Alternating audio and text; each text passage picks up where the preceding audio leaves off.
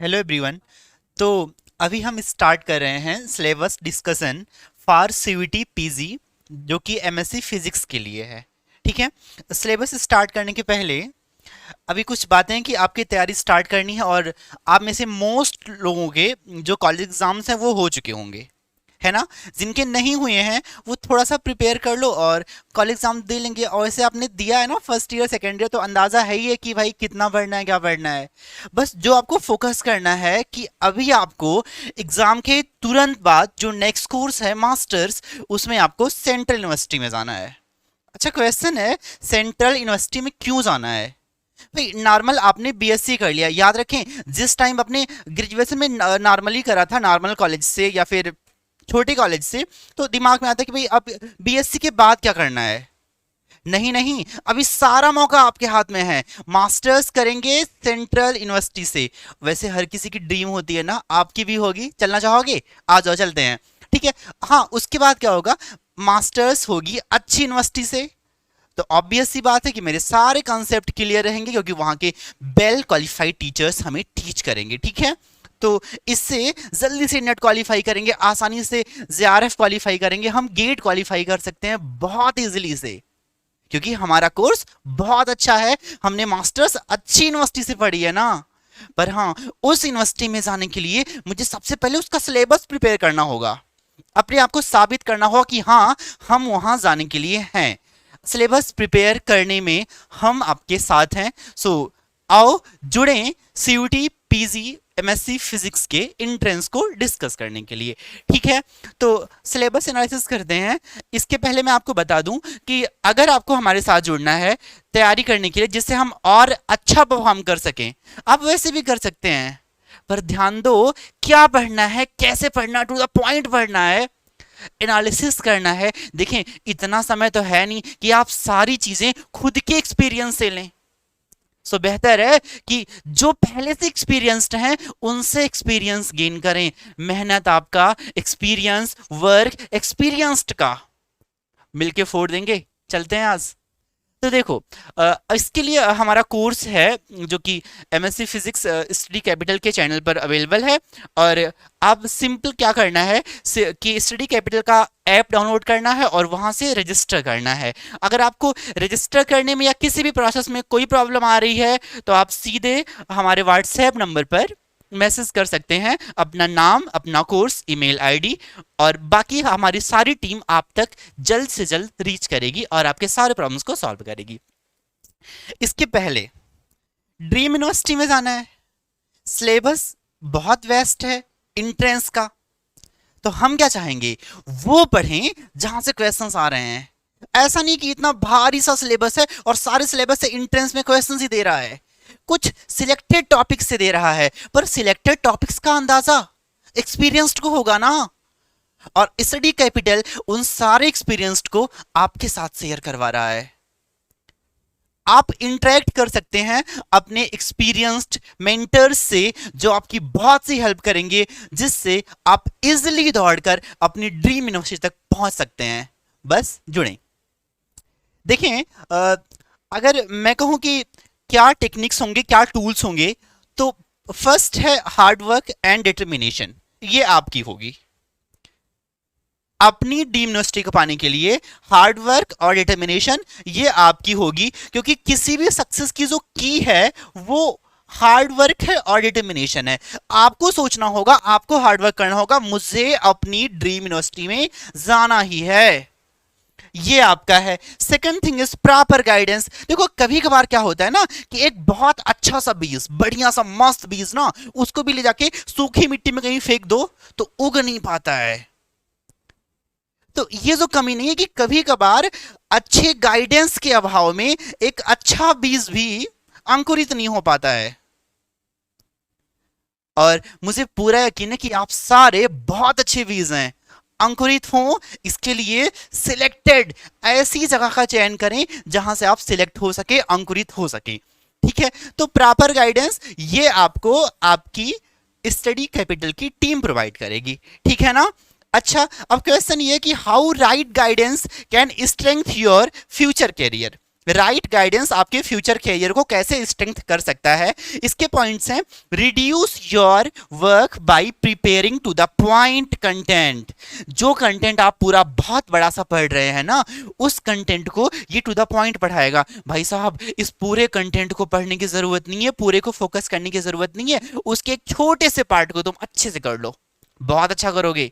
तो पूरा कंटेंट नहीं करना है, बस वो करना है जहां से क्वेश्चंस आते हैं। Second thing is providing well structured lectures. आपको एक अच्छे तरीके से लेक्चर्स प्रोवाइड करवाए जाएंगे जो वेल स्ट्रक्चर्ड रहेंगे, उनकी एक प्रॉपर स्ट्रक्चर रहेगी कि हाँ, ये टॉपिक इतने वेटेज का है तो इस पर इतने सारे लेक्चर दिए जाने चाहिए। ये टॉपिक अगर मैं बच्चे को करा दूंगा तो बच्चा अच्छे से सीयूईटी पीजी को फोड़ सकता है और अपनी ड्रीम यूनिवर्सिटी में आ सकता है।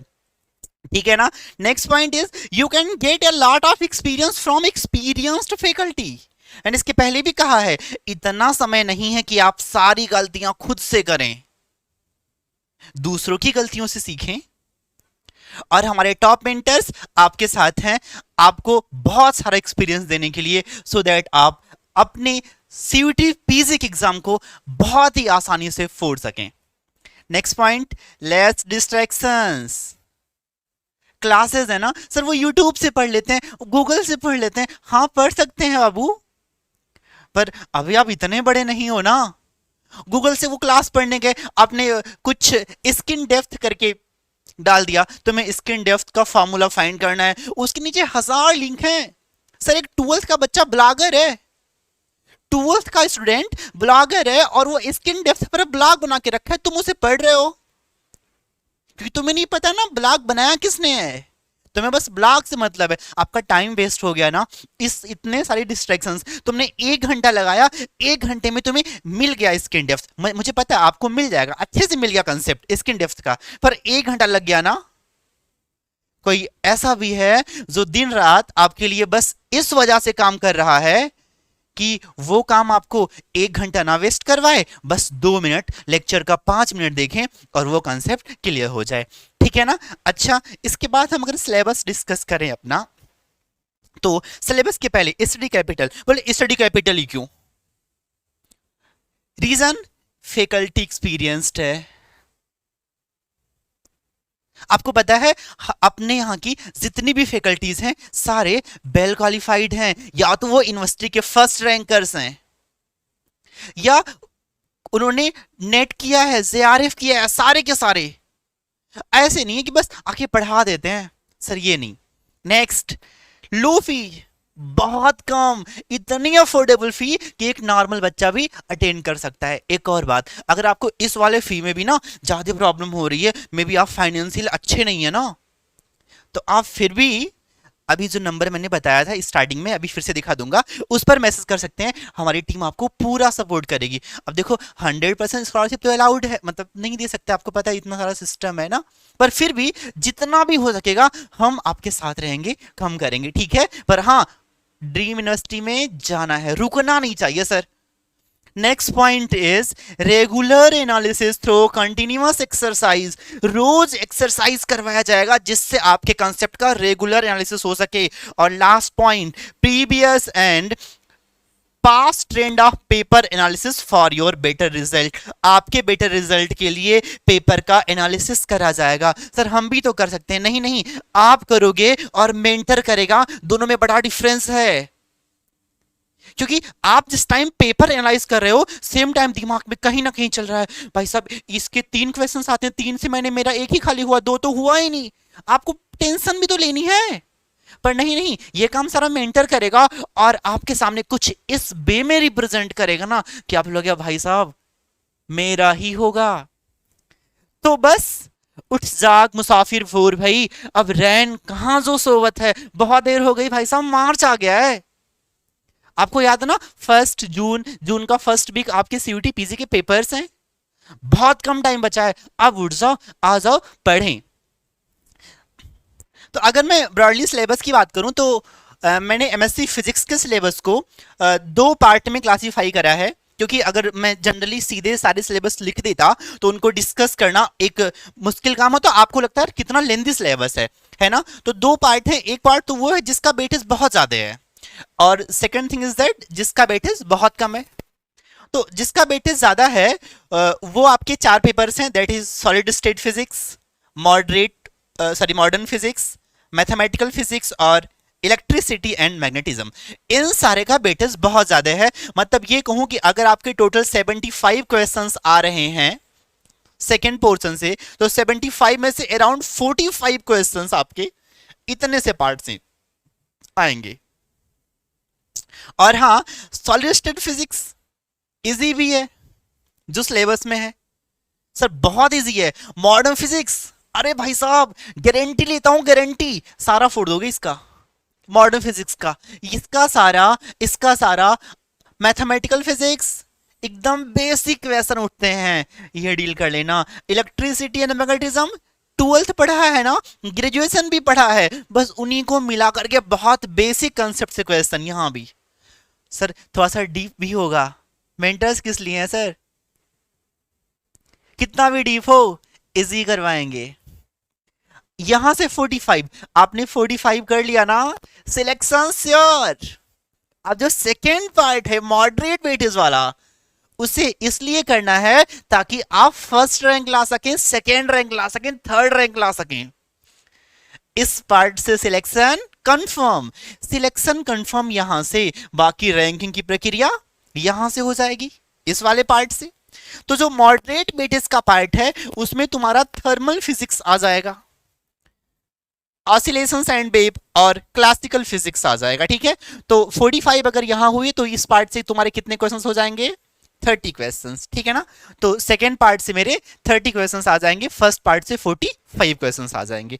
तो अच्छा, इसमें से जो थर्मल फिजिक्स है इसको कुल मिलाकर के आप कर लें कि यहां से अराउंड 10 क्वेश्चंस आएंगे, ऑसिलेशंस एंड वेव से 8 क्वेश्चंस आएंगे, और क्लासिकल को मिला करके 10 to 12 क्वेश्चंस आ जाएंगे। ठीक है, तो अगर मैं इनके पार्ट के सिलेबस को डिस्कस करूं एक बार, तो देखें जो सॉलिड स्टेट फिजिक्स है इसमें क्या है, आपका क्रिस्टल स्ट्रक्चर है 12th level, Bravais lattice and basis, Miller indices, x ray diffractions and Bragg law, intrinsic and extrinsic semiconductors.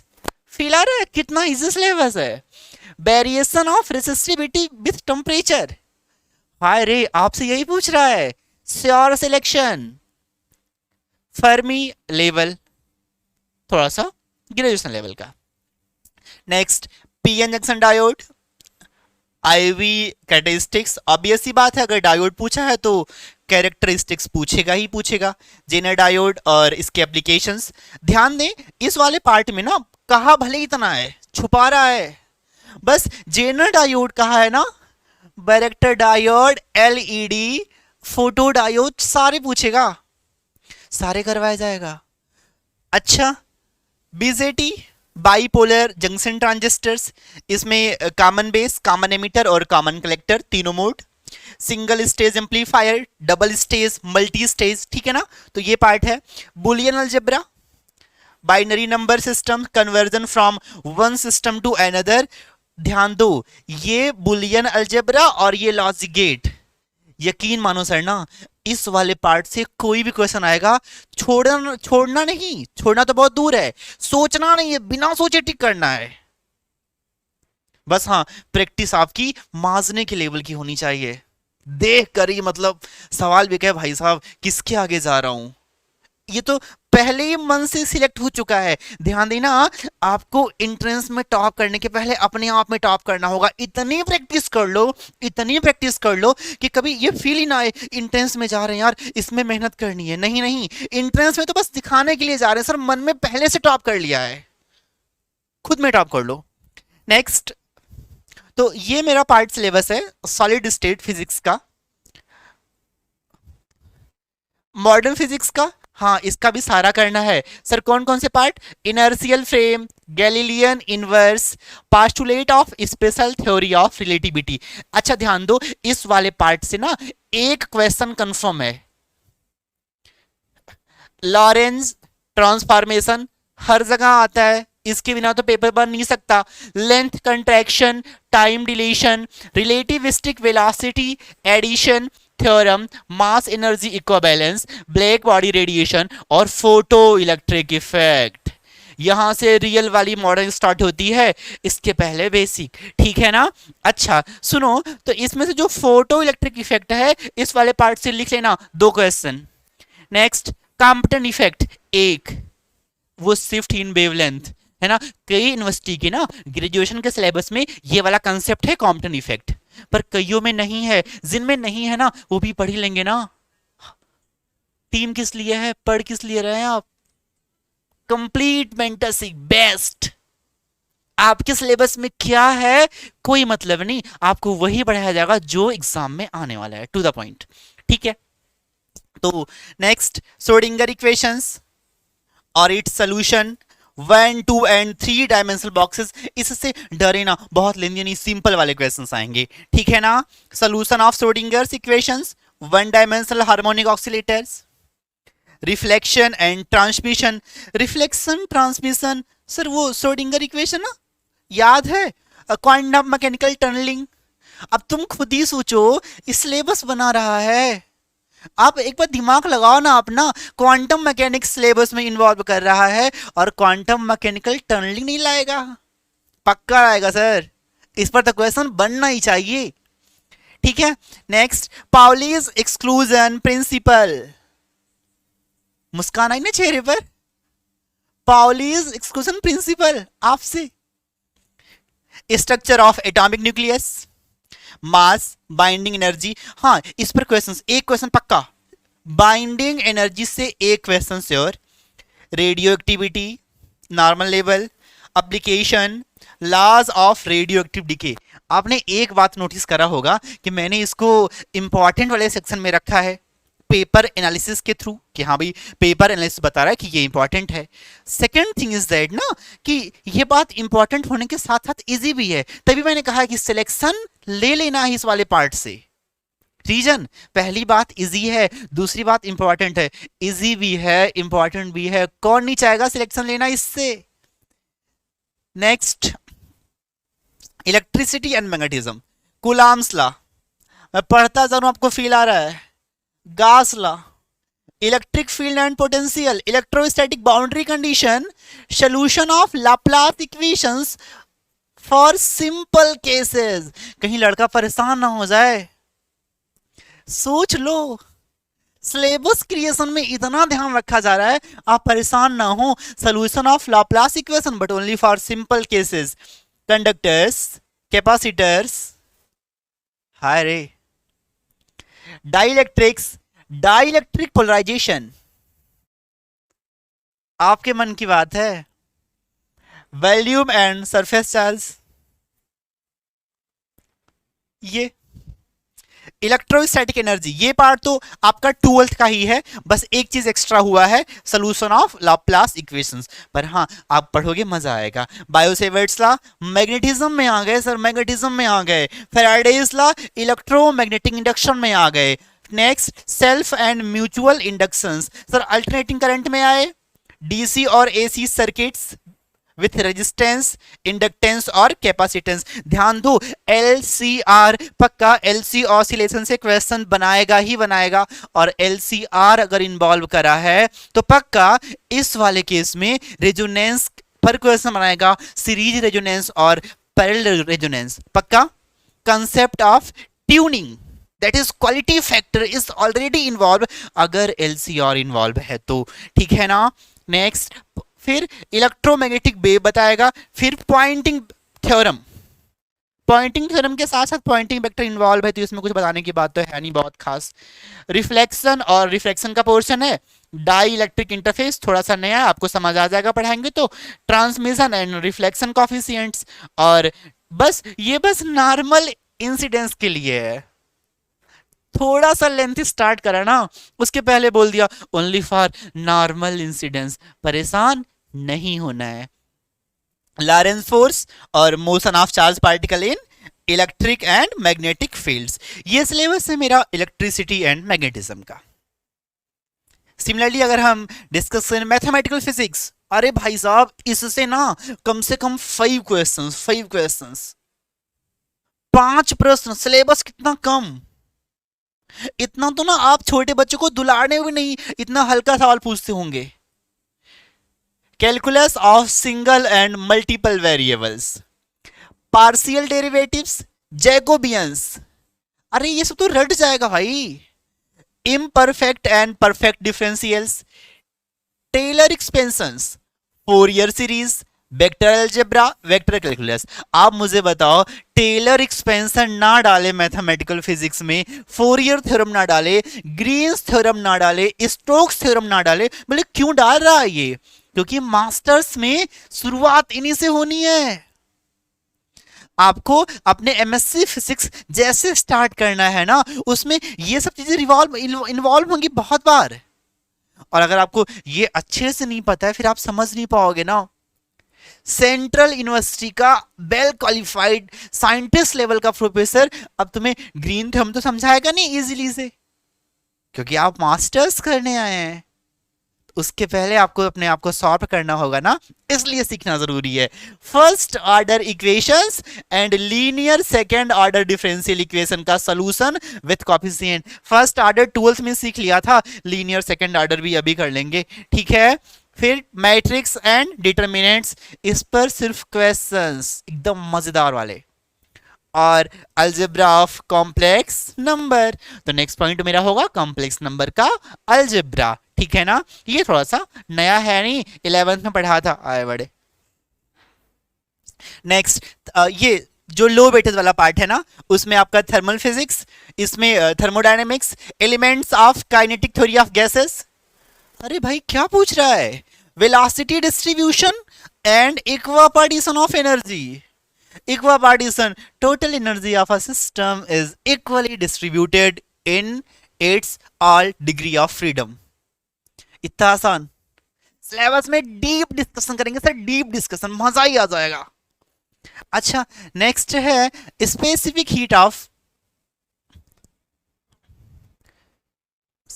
तो स्पेसिफिक हीट और मोनो डाई एटॉमिक और ट्राई एटॉमिक गैसेस के लिए, ट्राई क्या पॉलीटॉमिक के लिए पूछ ले, आप बता ले जाओगे। वंडरवाल गैस जो कि रियल गैस होती है, मेन फ्री पाथ, ये सब आपसे पूछ रहा है सर, टफ नहीं है। ये ना बोलना ये तो बड़ा लेंदी सिलेबस है, इसको मॉडरेट में इसलिए रखा है, क्वेश्चंस 30 आते हैं तीनों को मिला करके, इसका मतलब ये नहीं टफ है, इंट्रेंस में टफ नहीं है भाई। अच्छा, next laws of thermodynamics, zeroth law and concept of thermal equilibrium. देख रहे हैं सिलेबस? सर सिलेबस टफ नहीं है, क्यों? रियल वाली लड़ाई ये नहीं है। यूनिवर्सिटी में फर्स्ट रैंक लाने के बाद जब आप अपनी ड्रीम यूनिवर्सिटी में होंगे, फिर अपने फ्यूचर करियर को अच्छे से प्लान करने के लिए दिन रात मेहनत कर रहे होंगे, वो वाला रियल है। जिस टाइम अभी शाम के टाइम रात में 10 बजे या 11 बजे अपने कमरे में बेड पे होते हैं ना, यूनिवर्सिटीज की जो कि आपका ड्रीम है, सारी लाइब्रेरियां जग रही होती हैं सर, 24/7, कभी बंद नहीं, भीड़ एकदम भयंकर। वो वाली मेहनत है, वहां पर आपको बहुत डट के मेहनत करना है, पर पहले वहां पहुंचना है और वहां पहुंचने के लिए टीम आपके साथ। Next is reversible and irreversible quasi-static process, थोड़ा सा अलग है। Second law and entropy, Carnot cycle, Maxwell thermodynamics relations and simple applications, thermodynamics potential and their applications, phase transition और क्लासियस क्लिपियन इक्वेशंस। यहां आपसे क्वेश्चंस पक्का बनेंगे, तो ध्यान रख लेना इसको, ठीक है। तो जिनको मैं अंडरलाइन कर रहा हूं उनको स्क्रीनशॉट लेके रेड कर लेना, भाई साहब यहां से पक्का बनेगा। अच्छा, आइडियाज ऑफ इनसिंबल्स, इनसिंबल्स याद आ रहा है ना? हाँ हाँ, इनसिंबल्स याद आ रहा है ना? पक्का सिलेबस में आओ, मस्त मजा आ जाएगा। टॉपिक सिलेबस इतना मस्त है ना भाई, तैयारी करने भी मतलब रास्ते ना मंजिल से कुछ ज्यादा ही खूबसूरत हैं। दौड़ते हैं एक बार। मैक्सवेल बोल्टमान और फर्मी डिराक स्टैटिक्स और बोस आइंस्टीन्स डिस्ट्रीब्यूशन 3 है, मैक्सवेल बोल्टमान, फर्मी डिराक और बोस आइंस्टीन, ठीक है। फर्मी डिराक किसके लिए है? फर्मियांस के लिए, बोस आइंस्टीन बोसान के लिए और मैक्सवेल नॉर्मल पार्टिकल्स के लिए, ठीक है ना। चलिए तो आपका नेक्स्ट है मेरा ऑसिलेशन एंड वेव, और इसमें भी बहुत खास पार्ट नहीं है, डिफरेंशियल इक्वेशन है, सिंपल हार्मोनिक ऑसिलेटर का, और इसके जनरल सोल्यूशन है, सुपरपोजिशन है टू और मोर सिंपल हार्मोनिक ऑसिलेटर्स का, लिसाजू फिगर्स है, और डैम्प्ड फोर्स्ड रेजोनेंस। अरे भाई ये सब नहीं पूछेगा आपसे, 11th वाला भी जानता है ये, मास्टर्स में इतना तो हक है ये पूछने का उसको। Wave equation, travelling and standing waves in one dimensional energy, बताओ ये सिलेबस है, पढ़ना पड़ेगा, थोड़ा सा ध्यान दे दो सर, मजा आ जाएगा। रैंक अंडर 10 लिख के ले लो, पर हाँ साथ चलना होगा, थोड़ा सा पढ़ना पड़ेगा, ठीक है। ऐसे बेड पे सोए सो नहीं, जगना पड़ेगा, कुछ टाइम बहुत अच्छे से जग लो, after that you will be in your cyber library. Energy transition in waves, group velocity और फेज वेलोसिटी, इनसे पक्का एक सवाल बनेगा, क्योंकि आज तक ऐसा कोई पेपर नहीं बना है जिसमें इन दोनों से सवाल ना बना हो। Sound waves in a medium, Doppler effect, apparent change in wavelength और फ्रीक्वेंसी, पक्का, due to relative motion in source and observer.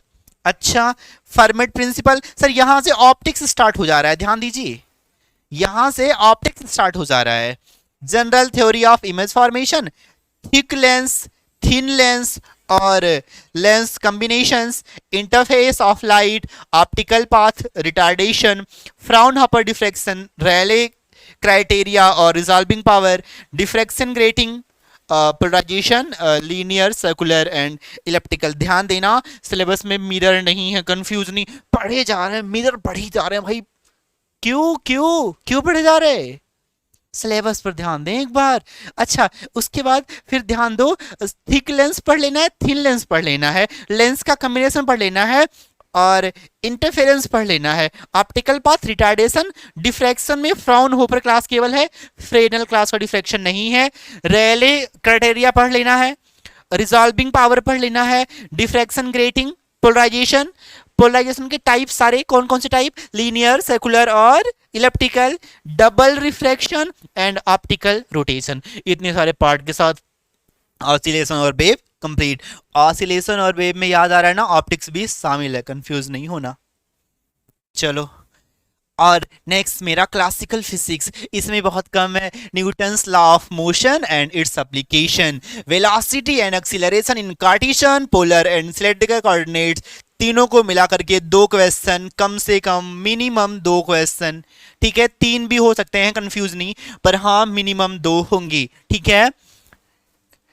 Centrifugal और कोइलस फोर्स पर थ्योरी बेस्ड क्वेश्चन देकर टिक करना है, सॉल्व करने में बिल्कुल नहीं फंसना।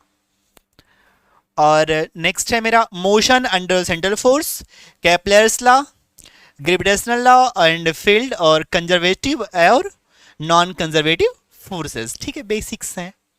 नेक्स्ट है मेरा system of particles, centre of mass, याद आ रहा आपसे पूछेगा ये, equation of motion of centre of mass, conservation of linear and angular momentum, conservation of energy, energy conservation linear और एंगुलर मोमेंटम को कंजर्व करवाएगा, वेरिएबल मास का प्रॉब्लम सॉल्व करवाएगा, इलास्टिक और इन इलास्टिक कोलिजन करवाएगा। सर ये तो बच्चे भी करते हैं, आपसे करवाएंगे। Rigid body motion, fixed axis rotation, rotation and translational moments of inertia and product of inertia. सुनकर लग रहा होगा भाई यहां से तो क्वेश्चन बनना ही चाहिए, सिलेबस एकदम जैसे आपके अकॉर्डिंग बनाया गया है, आप तो यही सोचो सर यहीं से बन जाए सिलेबस, कर ले मेहनत, निकल जाए, मिल जाए ड्रीम वाली यूनिवर्सिटी, पक्का मिल जाएगी। और parallel and perpendicular axis theorem, principal moments and axes, kinematics of moving fluid, जो फ्लूइड मूव कर रहे हैं उनकी kinematics, that is fluid dynamics, equation of continuity, वो याद है a1 b1 equals to a2 b2 भाई, और Euler's theorem, and last Bernoulli theorem. ये अगर ना आप 2 दिन दे देना, थ्योरी क्लियर, 2 दिन में मस्त न्यूमेरिकल, 1 दिन में रिवीजन प्रैक्टिस, 1 हफ्ते में क्लासिकल फिजिक्स का कम से कम 7 से 8 क्वेश्चन डील, है ना, कितना आसान, 7 से 8 का मतलब 30 से 32 नंबर, तो ये सिलेबस बस इतना ही है और नहीं। तो अभी सिलेबस तो आपने देख लिया है, फिर तैयारी के लिए जुट जाओ।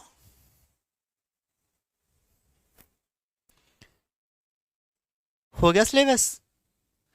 ओपन योर विंग्स, फैला लो अपने पंखों को, स्टार्ट फ्लाइंग। और तब तक ना रुको जब तक अपनी ड्रीम यूनिवर्सिटी में पहुंच ना जाओ।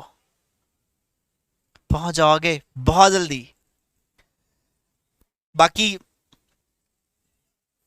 आपकी हेल्प के लिए आप बैच के साथ जुड़ सकते हैं, और जिसकी फी बहुत अफोर्डेबल है। क्वालिटीज क्या क्या है? सारी क्लासेस इंटरेक्टिव होंगी, बीच में कहीं भी आप टीचर से क्वेश्चंस पूछ सकते हैं। रिकॉर्डिंग अवेलेबल है, कब तक? जब तक आपका एग्जाम ना हो जाए। जी भर के देखो, टीचर ने 3 बार पढ़ाया है, तुम उसको 30 बार पढ़ लो। स्टडी मटेरियल आपको पीडीएफ के फॉर्म में मिलेंगी। एक बात, पीडीएफ के फॉर्म में मिलेंगी ना, पर कोई लापरवाह लोग प्रिंट ना करवा लेना, उसको खुद से बनाना होता है। एक तो वैसे इतना एनालिसिस करके नोट्स बना के आपको दिया है, और तुम सारे प्रिंट करा के बैठे हो मस्त। पेन से लिखो, पेन से लिखो के दिमाग में लिखा जाएगा ना। तब क्वेश्चन देखती भाई। Third option, doubt sessions. कुछ खुद के प्रॉब्लम होते हैं, मेंटर लाख बताए, उसके बाद कुछ पर्सनल है। प्रीवियस ईयर क्वेश्चंस प्रैक्टिस, जी भर एकदम मास लिए जाएंगे सर, इतनी प्रैक्टिस कर लेंगे। और लास्ट, सेल्फ इवेल्युएशन। किससे होगा? टेस्ट के थ्रू। तो आप जब भी अभी अपने व्हाट्सएप से इस नंबर पर मैसेज करें अपना नाम, कोर्स, और हमारी टीम आपको हेल्प करेगी। और वैसे भी स्मार्ट हो यार, ग्रेजुएट होने वाले हो 1 महीने में, तो काहे का मैसेज करना। सीधे प्ले स्टोर पर विजिट करो, स्टडी कैपिटल का ऐप डाउनलोड करो, कोर्स रजिस्टर करो और पढ़ना स्टार्ट करो। All the very best.